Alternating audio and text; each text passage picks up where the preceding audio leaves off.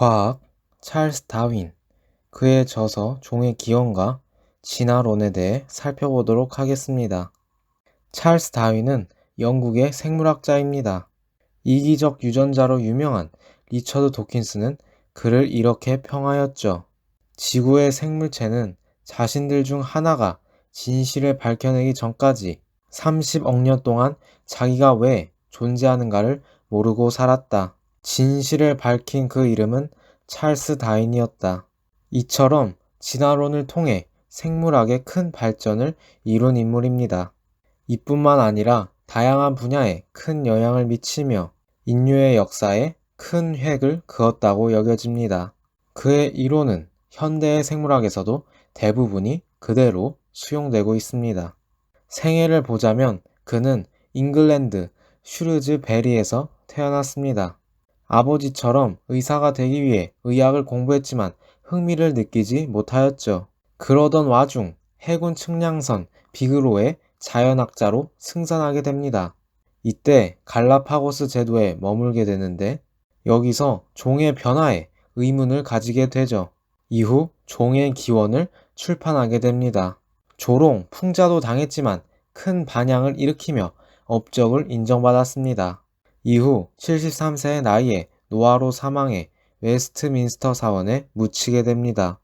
다윈은 비그로를 타고 여행을 하면서 많은 경험을 했습니다. 브라질, 우루과이, 칠레, 에콰도르와 같은 남아메리카의 국가들을 탐험 조사하였죠. 여러 개의 화석들을 발견하기도 하고 원주민을 만나기도 했습니다. 이러한 탐험의 과정에서 다윈은 자신이 존경하는 지질학자 라이엘이 지질학 원론을 읽으며 시간을 보냈다고 합니다. 라이엘은 근대 지질학의 아버지라고 불리는 인물로 동일 과정설을 주장한 것으로 유명합니다. 동일 과정설은 현재 지구상에서 일어난 변화가 과거에도 동일하게 일어나면서 지구가 변화했다는 이론입니다. 이는 지구의 변화가 아주 오랜 기간을 거치면서 점진적으로 변화했다는 주장입니다. 그 당시에 천변지휘설과 반대되는 입장이었습니다. 천변지휘설은 천재지변과 같은 일로 지구에 급격한 변화가 일어나 새로운 생물, 지형이 생겨난다는 주장이었죠.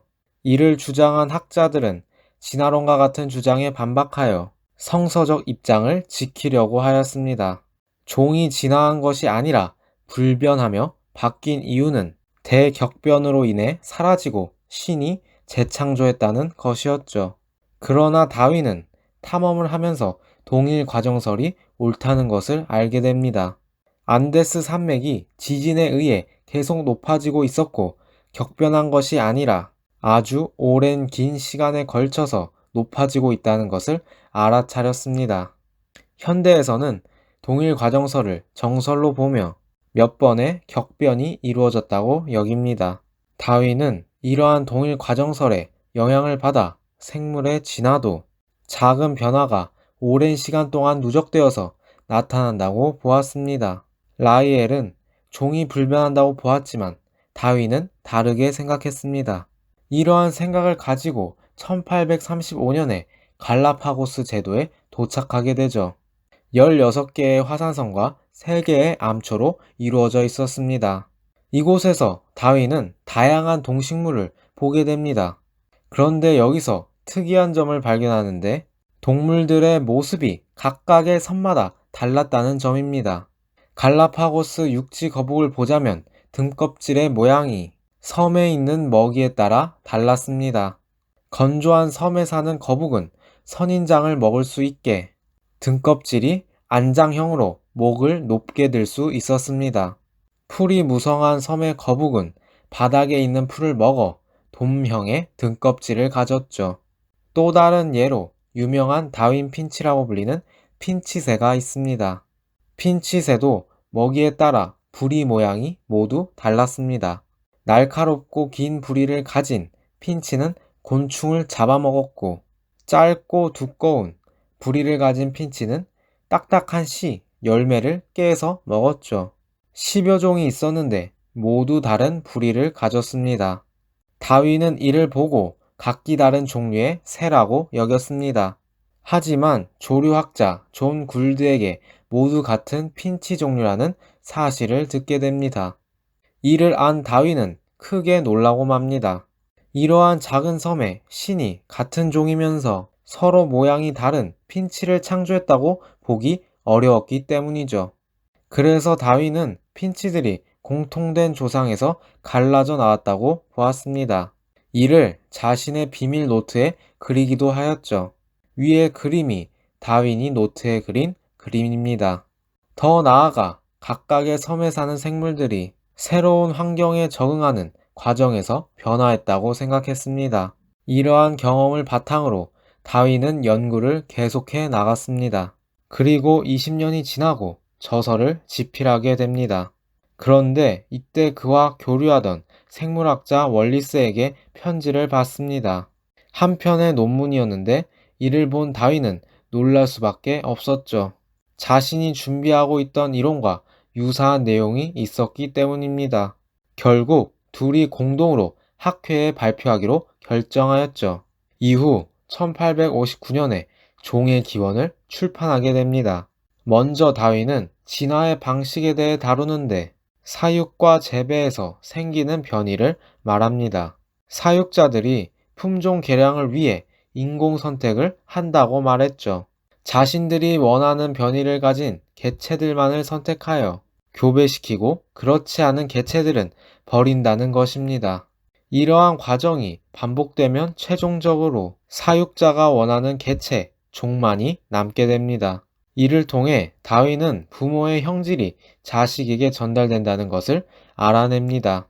더 나아가 인간의 선택에 따라 변화가 이루어지듯이 자연에서도 선택이 이루어진다고 보았죠. 여기서 다윈은 자연 선택론을 주장하게 됩니다. 이는 멜서스의 인구론에 영향을 받아 고안해냈다고 합니다. 멜서스는 인구론에서 식량의 증가보다 인구 증가의 속도가 빠르기에 식량을 얻기 위해 사람들은 생존 경쟁을 하게 된다고 보았습니다. 이때 식량 자원을 더 많이 가진 사람의 생존 가능성이 높다고 하였죠.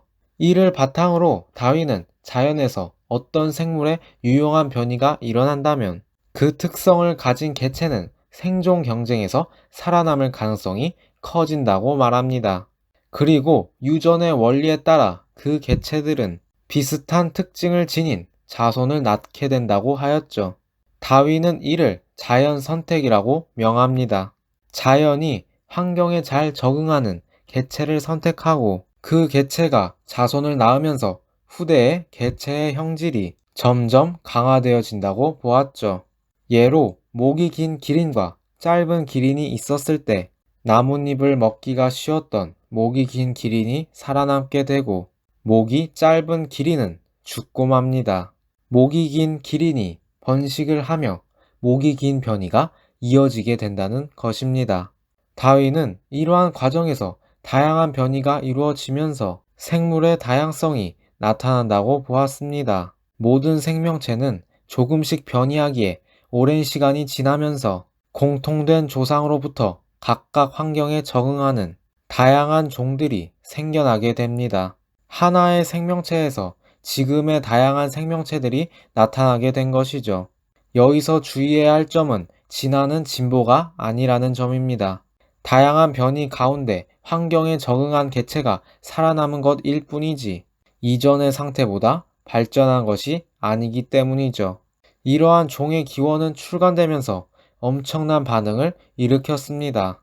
첫 판이 나온 날에 1250권이 모두 팔렸죠. 인기만큼 많은 논쟁을 불러왔습니다.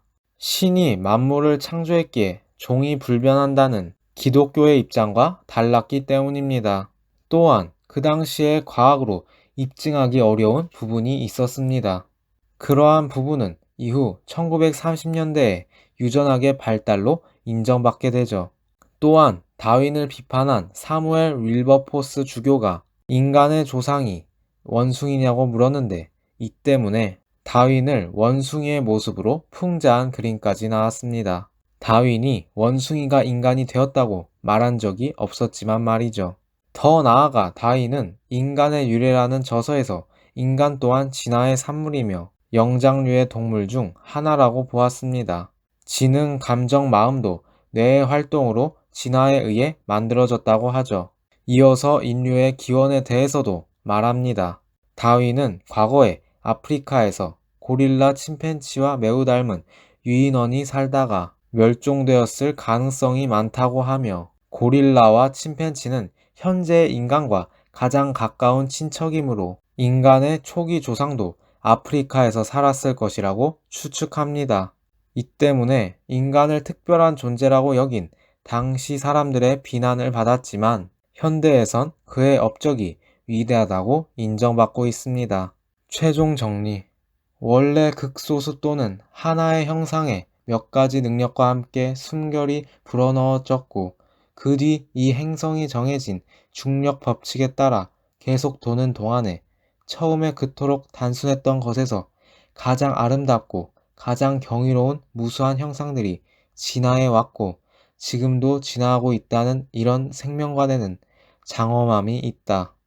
지금까지 살펴본 다윈의 진화론을 네 가지로 정리할 수 있습니다. 첫 번째는 모든 생명체는 조금씩 변이한다는 것. 두 번째는 이 변이는 유전되어진다는 것. 세 번째는 환경이 감당할 수 있는 이상으로 많은 개체들이 태어나기에 한정된 자원을 놓고 경쟁할 수밖에 없다는 것. 네 번째는 주어진 환경에 잘 적응하도록 도와주는 형질을 가진 개체들이 보다 많이 살아남아 더 많은 자손을 남긴다는 것입니다. 이러한 과정을 통해 하나의 생명체에서 시작하여 오랜 기간을 거쳐 점진적으로 진화하면서 지금의 다양한 생물들이 탄생하게 된 것입니다. 여기까지가 다인이었고요. 다음 시간엔 라부아지에를 살펴보겠습니다.